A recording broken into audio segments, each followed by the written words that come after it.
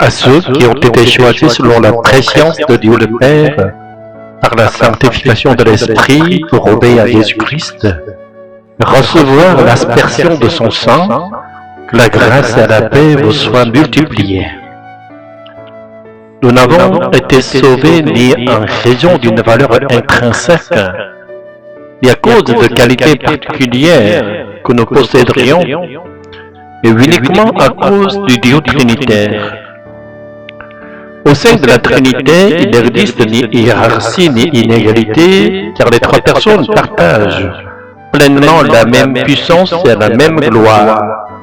Toutefois, il existe entre elles un ordre harmonieux, une économie unifiée et organique dans leur œuvre de salut. Dans l'œuvre du salut, aucune des trois personnes n'a agi indépendamment des deux autres. Par l'aspersion du sang du Christ, nos péchés ont été pardonnés et nous avons été rendus capables de nous approcher de Dieu. C'est l'Esprit Saint qui, de manière constante, nous revêt de la sainteté attribuée propre à Dieu, pour que nous ne nous retournions plus vers le péché ou le monde, mais que nous entrions véritablement en Dieu. Quant au Père, c'est lui qui a tout ordonné selon son dessein et qui nous regarda avec des yeux d'amour. Notre salut s'accomplit ainsi à travers l'unique dessein trinitaire de nous sauver du péché, afin que nous vivions éternellement avec Dieu. Nous vivons aujourd'hui dans le temps où l'Esprit Saint, envoyé par le Fils de la part du Père, habite en ceux qui croient en Jésus et aiment Dieu. Il les garde et les guide, afin qu'ils n'égarent pas, mais puissent s'avancer vers Dieu. Le Christ glorifié et le Père Céleste ne sont nullement séparés de l'Esprit qui agit ici-bas. Par le Saint-Esprit qui transcende le temps et l'espace, nous pouvons communier aussi bien avec le Fils qu'avec le Père. La divinité de Jésus, elle aussi, est omniprésente. Il n'y a pas de lieu où Christ ne soit présent. Seule son humanité glorifiée demeure sur le trône céleste. Nous ne pourrons voir le corps ressuscité de Jésus que lors de sa seconde venue, ou lorsque nous ressusciterons pour la vie éternelle. L'Église catholique ou l'Église luthérienne croient toutes deux à la présence réelle du corps du Christ lors de la scène. En revanche, les Églises réformées issues de la tradition calviniste enseignent sur le plan doctrinal que c'est uniquement l'Esprit du Christ, c'est-à-dire sa divinité, qui est présent dans le sacrement. Il s'agit là d'une divergence d'interprétation, certes, mais qui demeure profonde et significative. Aujourd'hui, dans la plupart des églises protestantes contemporaines, on ne croit même plus réellement à une présence spirituelle du Christ lors de la Sainte Seine. La majorité considère simplement ce rite comme un souvenir, une commémoration du Christ. Or, si une église se réclame véritablement de l'héritage calviniste, ce qu'elle devrait chercher à restaurer en priorité, c'est justement cette présence vivante de l'Esprit du Christ, c'est-à-dire de sa divinité dans le sacrement. L'Esprit de Jésus, Logos, est omniprésent. Mais nous ne pouvons expérimenter cette présence qu'à travers le Saint-Esprit. C'est donc le Saint-Esprit qui nous unit au Christ glorifié en rendant possible la communion avec sa divinité. Avant son ascension, le Christ ressuscité est apparu corporellement à ses disciples. Son corps déjà glorifié n'était plus soumis aux limites de l'espace et du temps, et pourtant il interdit à Marie de Magdala de toucher, de s'attacher à lui, car, dit-il, il devait encore monter vers le Père.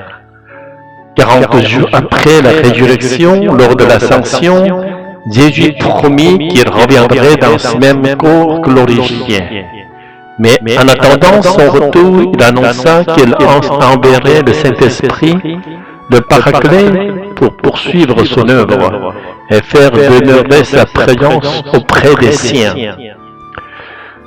Lorsque nous sommes en communion avec l'une des personnes divines, nous sommes en réalité en communion avec le Dieu trinitaire tout entier, car Dieu est un dans l'unité de la Trinité. Cependant, le corps ressuscité de Christ n'a pas quitté le trône céleste depuis son ascension, et n'en descendra que lors de son retour glorieux.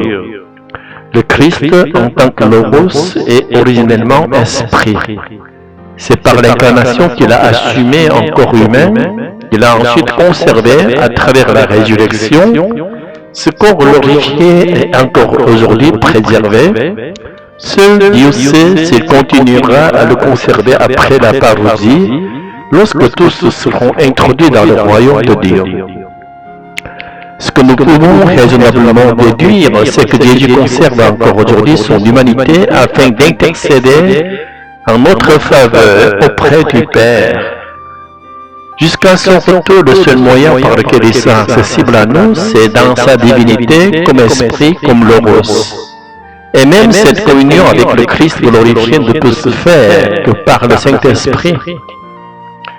L'Esprit Saint accomplit une œuvre unique, celle de rendre possible à des créatures charnelles comme nous la rencontre avec le Père et le Fils qui sont esprits.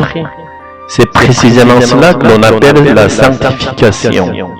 Parce que nous ne sommes pas saints par nature, c'est l'Esprit Saint qui nous rend saints en permanence afin que nous puissions entrer en contact avec le Fils et le Père qui, eux, sont saints. Nous devons vivre dans ce monde matériel en tant qu'être de chair. Ce monde créé nous procure bien des éléments nécessaires à la subsistance de notre corps, mais il est aussi rempli de menaces contre la vie. Et de manière décisive, notre corps est voué à mourir un jour. Jusqu'au jour où nous verrons le corps ressuscité de Jésus et recevrons à notre tour encore de gloire, le Saint-Esprit nous protège. C'est lui qui nous conduit vers le Père et le Fils et qui préserve en nous la foi afin que nous aimions Dieu plus que le monde. Et il nous conduira à vivre pour toujours dans la gloire du royaume céleste, dans un corps ressuscité au sein de l'amour éternel de Dieu. Seigneur, en attendant ce jour, accorde-nous de traverser l'épreuve comme l'or au creuset et fais-nous remporter la victoire de la foi.